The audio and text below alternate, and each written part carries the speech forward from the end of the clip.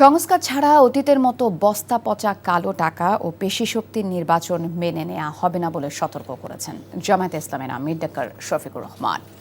বলেন, ফ্যাসিবাদ বিরোধী বিপ্লবের ক্রেডিট এককভাবে কারো নয়, এই বিপ্লবের নির্দিষ্ট কোনো মাস্টার মাইন্ডও নেই, সবাই এর অংশীদার। বিকেলে সিলেটে বিরিয়ানি বাজারে জামায়াতে ইসলামে আয়োজিত জনশক্তি ও সুধী সমাবেশে প্রধান অতিথির বক্তব্যে তিনি এসব কথা বলেন।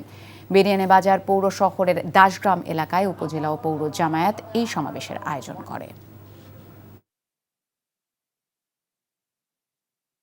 এই বিপ্লবের ক্রেডিট দাবি করার কোন উদ্দেশ্য আগেও ছিল না, এখনো নাই। আমরা গভীরভাবে বিশ্বাস করি এটি আল্লাহ তাআলার একান্ত মেহেরবানিতে এই পরিবর্তন হয়েছে। আর এর জমিনের দায়িত্ব এবং এই জমিনের কৃতিত্ব হচ্ছে বাংলাদেশের 18 কোটি মানুষের। আমরা এখানে কাউকে কোনো মাস্টার মাইন্ড মানি না। আমাদের স্পষ্ট বক্তব্য, অতীতের বস্তা পচায় ধারায় নতুন কোনো নির্বাচন চাই না এবং এমন কোনো নির্বাচন আমরা মেনেও নেব না। বান্ডেল থাকলে প্রতি সেনমানিতে টাকা বাঁচবে।